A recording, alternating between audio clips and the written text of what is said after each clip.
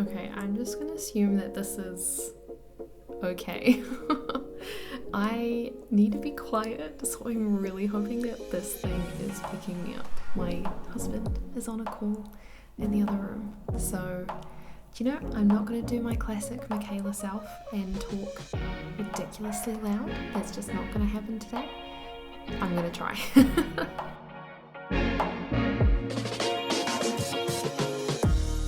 Hi and welcome back to my channel.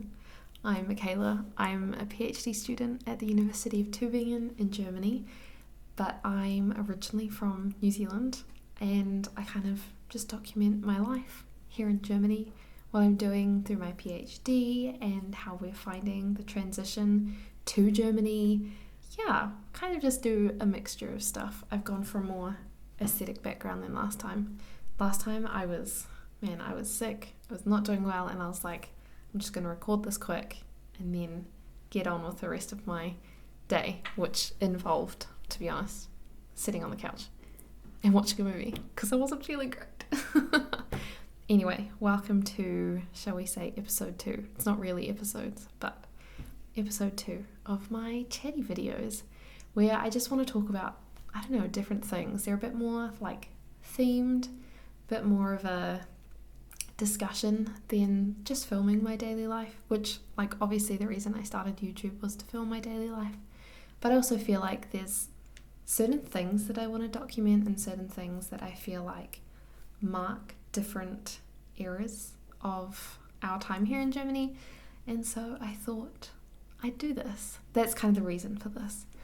Anyway, today is a very interesting one. I think I'm being a bit more honest than I've been in some videos because, I don't know, some stuff I feel like there's a bit of a, not a taboo, but an embarrassment about talking about some things where you kind of don't want to admit that something's happened, or I think there's an inherent, things are really difficult when you move, and I felt like, especially the situation that we were leaving in New Zealand, I almost felt like I had to prove to people that our time was going well and that, like, Germany was the right choice. And, like, I think I said this in another video where, like, I was talking with my counselor and I was saying I don't know why I had to prove that Germany and going overseas was the right decision. Like, why couldn't it have just been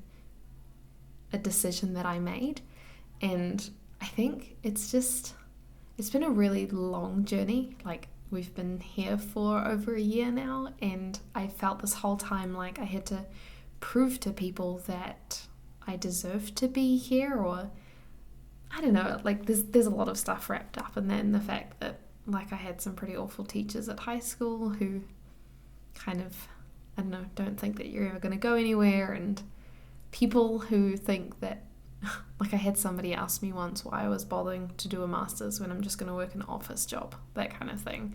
And I don't know, it's just kind of sucky. And so I feel like there was an element of, I wanted to make the move to Germany really big, and I wanted it to be successful, and I wanted to document it so everyone saw how great our life was here. And, like, there definitely are some incredible things that have happened, and I'm not going to put that down at all, but I think I'm getting to the point where I'm willing to admit that it's not also been 100% great, and there are things that went really wrong, and because I was unwilling to talk to people about it, it just made it a lot worse. So yeah, anyway, that was a very long-winded introduction to this video. So I wanted to actually start with the benefits because I have been talking about them for the last year, and I think that it's something that really, really sells the reason for coming to Germany. Not only the fact that, like, I've always wanted to come to Germany since doing my exchange, and it really is, like, such a land of opportunity in the sense of, like, education is free. Like, I have a student loan back home in New Zealand, and, like, the UK just wasn't an option for us, non-scholarship, and, like, there's just so many barriers to education that the fact that education is free here, like, I'm literally paying €100 a semester, is just unheard of to me.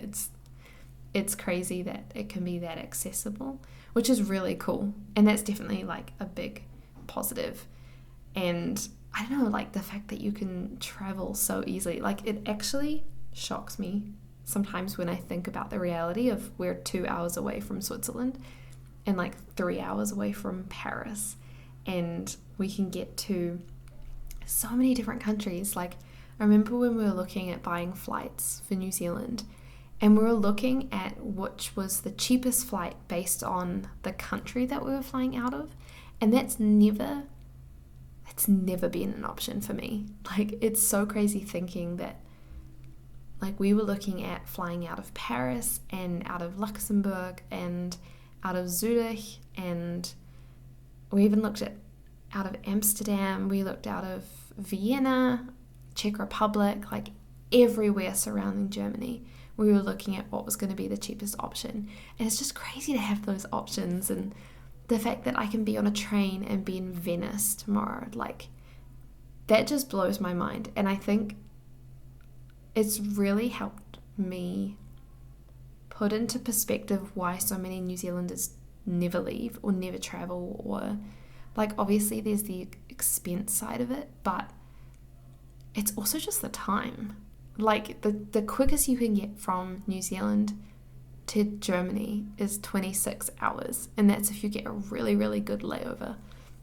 It took us 47 hours, and that was the cheapest layover that we could do. And it was really long, and it's just like what we chose to deal with. But it's just crazy to me that like it makes sense why so many Europeans are so well traveled and so well cultured. Obviously this is a very blanket statement, but the amount of people that they've met, even if someone hasn't traveled lots, the fact that lots of other Europeans are traveling to them, and just like the fact that there's like an Erasmus, is that how Erasmus? I don't know, anyway. And so it's so encouraged to do a study abroad, whereas in New Zealand it's like only few people do a study abroad. And so that kind of thing has been really cool. Another really big positive for us has been the fact that it is so much cheaper here than it is in New Zealand, which is really interesting because we originally moved to Stuttgart and then we're now in Tübingen, and a lot of people have been saying that these are incredibly expensive places in Germany to live. So I can't imagine what it's like to live in a less expensive city. I don't know how much it is in Germany, to be honest. I haven't looked it up. But the fact that this is expensive and it's about half the price of what it is to be in New Zealand. Our current place, because we're very fortunate to be in student accommodation, is literally a third of what we were paying in living costs in New Zealand. Obviously it's not like that outside of student accommodation. I think it seems to be closer to the half mark, but even that is just insane that your living costs can literally be halved.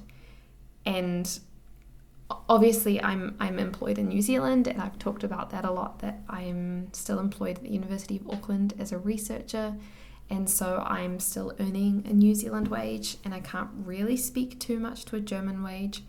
But at the same time, I worked as a kiwi. There's 3 different tiers if you're working at a German university, and it's dependent on how many degrees you have. So because I have a master's degree with high grades, I was put on the highest pay bracket for a kiwi, and that was almost equivalent to what I'm earning as a researcher in Auckland.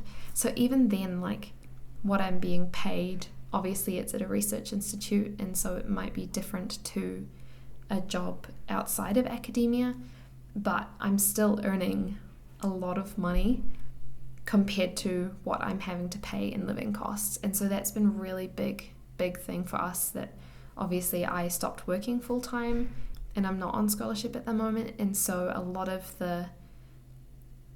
we took a pay cut, and Luke is still getting clients for his business. He's not at full capacity at the moment, but the fact that he's not at full capacity and I'm not working full time and we're still living is huge. Like that's completely just unheard of in New Zealand. And I think that's contributed to why we've been able to travel so much, is it's just so much more accessible here for us, and it's given us the opportunity to, I don't know, I think especially like with my mental health, having some time off and having the ability to not feel guilty that I have to take a day off unpaid because I'm just not coping at the moment is definitely a rare opportunity, and I think it's just a great opportunity at the moment while I'm in my 20s.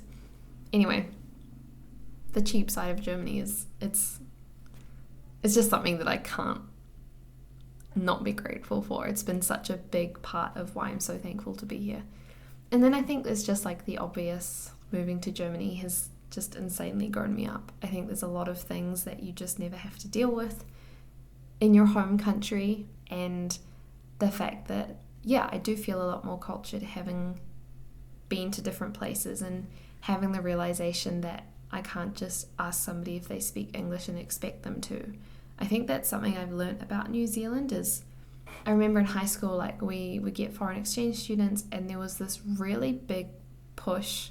Even if people moved to New Zealand, there was this really big push that you had to speak English because you've come to our country and you need to communicate with us, and so it's your problem.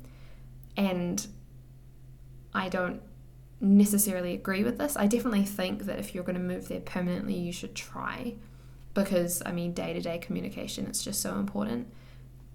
But I don't agree with the unhealthy, sometimes quite racist mentality behind that.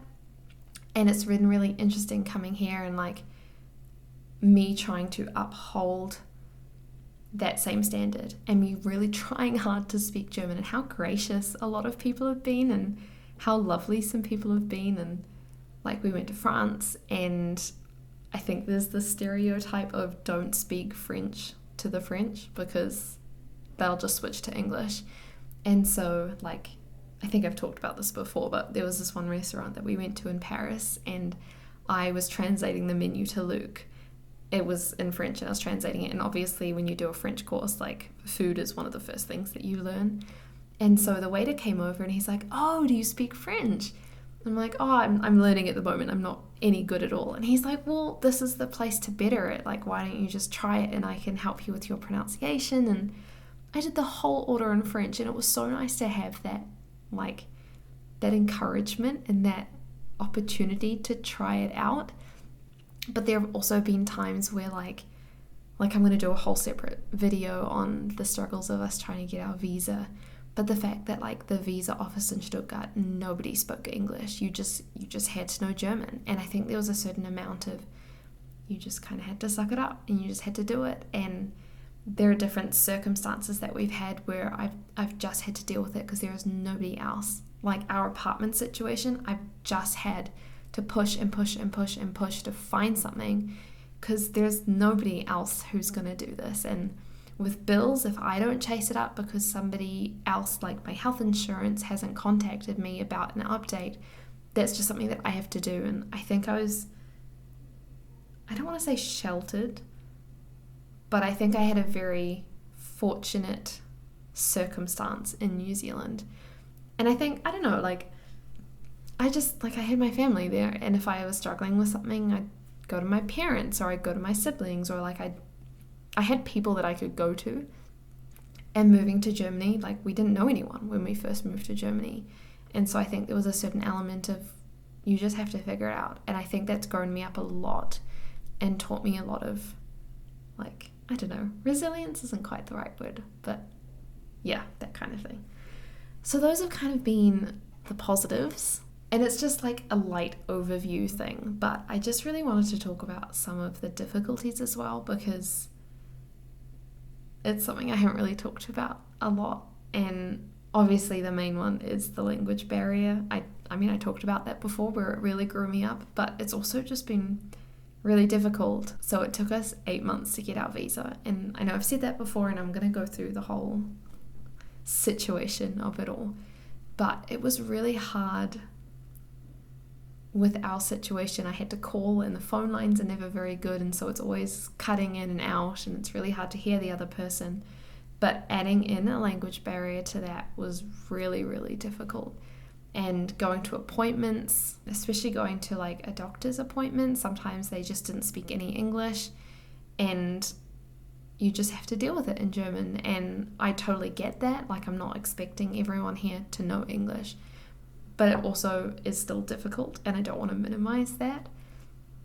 I think the main moment that sticks out to me was a time when I was talking to one of our friends here and I was really not coping. I kind of talked about this a little bit before we went to New Zealand, where I was just going through a bit of a difficult patch with the amount that I was working and not doing my PhD, and my mental health was not really doing very well, and I just broke down in front of my friend and I was trying to explain it. And you know when you're like blubbering and crying and you're not doing a very good job of communicating, and I just blurted out everything that was happening in English. And she was being so lovely, but she turned to me at the end of it and she's like, I am so sorry, but I didn't catch anything that you said. And it was just that moment of like, this is not her fault. It's totally not her fault. But it's that language barrier of feeling like I've just been so vulnerable and I've just let everything out. And I now have to try and translate that into a language where I don't even know half of the words of what I'm trying to say. Like, this is an everyday conversation where I'm talking about what I had for lunch or what I was learning about in my studies and what I was doing at work. Like, this is emotions and things that I'm worried about and things that have been going hard, and it's really hard to communicate that. I think as well with the moments like this, like, it's very in the moment, and then the moment passed and I was like, I don't know. So I tried to summarize it in German and she got the gist of it, but it was just that, like, I think it hit me how much the language barrier can be really difficult. And there are like aspects to German which I absolutely love, and it's really great learning another language that teaches you a very different worldview and a different culture, and a lot of that is only accessible through language, and I think that's so awesome. But it's also just really hard when sometimes that's all you've got to communicate with and you don't know the words, you just don't know the vocabulary.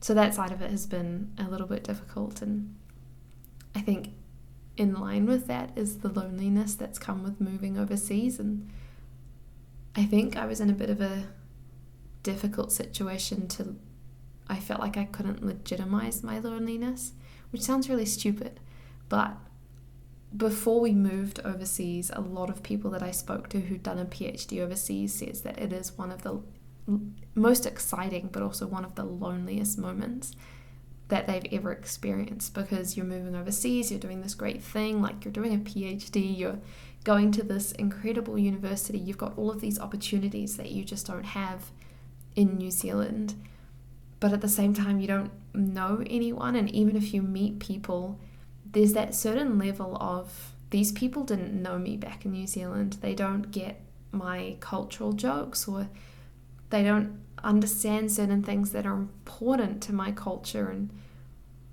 like, a lot of what they said was sometimes there's just that deep loneliness of the familiarity of home. And at the end of every conversation, everyone always said, but like, you're really fortunate because you're moving overseas with your husband, and so you're not going to have those same sort of issues. And it was really interesting getting halfway through last year, and like, I think the initial excitement of moving to a new country weaned off a little bit, and I was having some issues with communicating with friends because like the time difference was really bad, and so you get like a message here and a message there, and you'd send a very vulnerable message about like, I don't know, I would just love to catch up, and feeling like I haven't had that familiarity in a while, and then trying to find a time to call. And I think there was about 3 months where I couldn't get in contact with one of my friends because it was just terrible timing, and just that deep loneliness of, there's not the familiar, there's not people that know me, who know my past, where I don't have to explain new things, and you don't have those people that have the familiarity, or whom you just don't have to explain things to, or even just people that, I don't know, that you do normal daily life with. Like, the amount of times that I just go shopping with my friend and be like, hey, Sarah, I need to go to Kmart, I literally just need to buy a pen. Like, it's nothing big, but she's the person that I'd call, and we'd go shopping together, and we'd have our Kmart date, and we'd get coffee and get some food. And like she still exists, but I'm no longer there.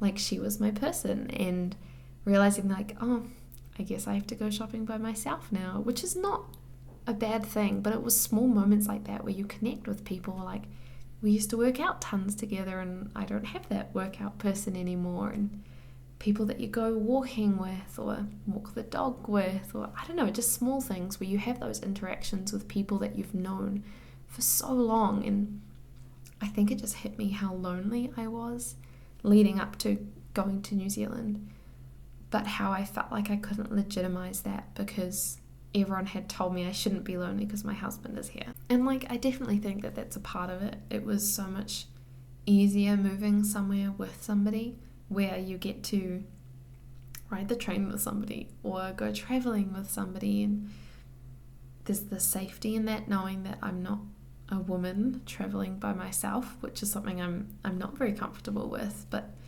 knowing that when I was traveling back to Stuttgart from Tübingen on the days that I'd travel in, that Luke would come and meet me at the train station so that I didn't have to stand there for my 45-minute layover by myself.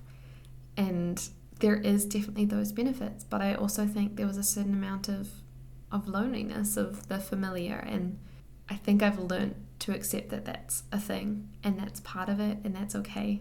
My friends, and there's my family, and I just didn't have that anymore. And that was definitely a big wake-up call for me, especially since everyone had told me that I probably wouldn't experience that.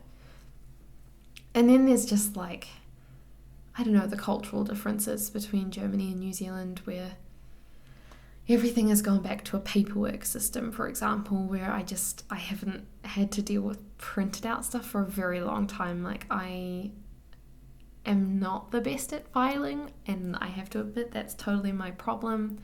I struggle to have good order with that kind of thing. I'm just so used to emails, and I'm so used to being able to keyword search in an email and then it comes up. And so there were some bills, for example, that I just completely missed because I misplaced them. And when they get sent to one address, but you're actually living at a new address, and for some reason they didn't get the memo that you'd moved. And that side of it was a really big change for me. And like, I don't know why, it shouldn't be a big thing, but it was something that I really struggled with, and still to a certain extent struggle with. And then there's like silly things like the fact that it's very cash based here, and I'm just not used to dealing with cash. I'm used to having a card and having multiple different accounts, and the whole banking system here is so different to what I'm used to. Like the fact that I have a personal banker who's in the middle of nowhere because it took me like 6 months to open a bank account, and so I just walked into the closest branch and asked them to help me, and that was great. They helped me. But it now means that my personal banker is in the middle of nowhere in some random Stuttgart suburb. And if I want to open a savings account, I have to go all the way back there just to open my savings account. And so I haven't. It's small things like that where it's just stuff I'm not used to, and making sure that you go out to dinner and that you've got enough cash, because a lot of the restaurants here, like restaurants where you're paying lots of money for food and drinks, they just don't have card. And so you've just got to estimate how much it's going to be. And these people don't have websites, and so you can't even look up the menu online to pre-see how expensive it's going to be. It's just small things like that that just make life a little bit more difficult. And then I think there's the big thing, which is a bit more of a European-wide difficulty, where we got scammed. And it's something that I have never spoken about online. Most of my friends don't know about this. A lot of people I've spoken to, like, about our time in Germany, I have never mentioned this because it is absolutely terrifying to say, but we got scammed. When we were looking at moving to Germany, I used all of the normal websites to find an apartment, and I put in all my applications, and it's really hard to do it from New Zealand because we have a completely different application system. Like here, when you need to get an apartment, you have to have a Schufa check, which is kind of equivalent to a credit check. But we aren't from Germany, so we didn't have a chauffeur. And so, well, we did. It just had nothing on it because we've never paid for anything here and we've never had bills and so forth. So a lot of places just weren't accepting us for apartments, and especially in Tübingen, it's very difficult to find an apartment here in Tübingen. And so, yeah, we just went through this whole journey, and eventually, like 2 weeks before we were moving, we found an apartment and it seemed really legit. I think as well, I'm so used to the checks and balances of New Zealand where it's often through a company or you have like a personal real estate agent that you speak to, and it's just a very different way of handling it. And I've also never heard personally of an apartment scam in New Zealand. I'm sure it exists, but I've just never found it. It's just a very different system. Apparently it's very common here, especially with international people. And like I did as many checks into it as I could think of, and it all seemed legit. Like I know of people who've done long stays through Airbnb, and so when this person said that they run it through a long stay in Airbnb, I was like, okay, yeah, like I've heard of this before. Like I follow YouTubers who do long stays, and to me it seemed more legit because you've got the checks and balances of Airbnb. And like he sent through all of his documents, like his passport, and he sent through photos of the apartment, and it all looked very, very legit. Like I showed these photos to friends of mine, some of whom are real estate agents, and nobody picked up on the fact that it looked like a scam. And we ended up paying a deposit that we didn't get back, which is like insanely hard. I cried so much. I cried so much when I found out about this. But anyway, we paid a deposit, and then the morning that we were leaving for New Zealand, I went to log on to Airbnb and it didn't come up on my Airbnb account, and I was like, what the heck is going on? So I emailed the guy and the emails were bouncing back, and I was like, what the heck is going on? I started panicking. I'm like, do you know what? It's probably just like a malfunction. I'll deal with it when we get to Germany. And we'd booked to fly into Munich because I had my host sister from when I did my exchange was living in Munich at the time, and I wanted to show Luke Munich, and it was the Christmas markets. I don't think I filmed much of it because of everything that was going on. We had these 2 days where it was going to be just like, before we move into our place, and we landed and I didn't have an email from him, from the apartment guy, and I just started panicking. We got to our hotel and it had really, really bad Wi-Fi. And I called Airbnb and I was like, hey, I've booked a long stay apartment through Airbnb, but it's no longer showing on my account. Like, can you look into it? And she's like, yep, okay, what's the booking number? And I gave them the booking number, and she's like, oh, our booking numbers don't start with letters, for example. I actually cannot remember what it is, but for example, she's like, booking numbers don't start with letters. I'm like, what do you mean? And she's like, well, that's not one of our booking numbers and it's not showing up on your account. I was like, but it showed up on my account before, like I've seen it. She's like, well, it's not there, there's nothing I can do.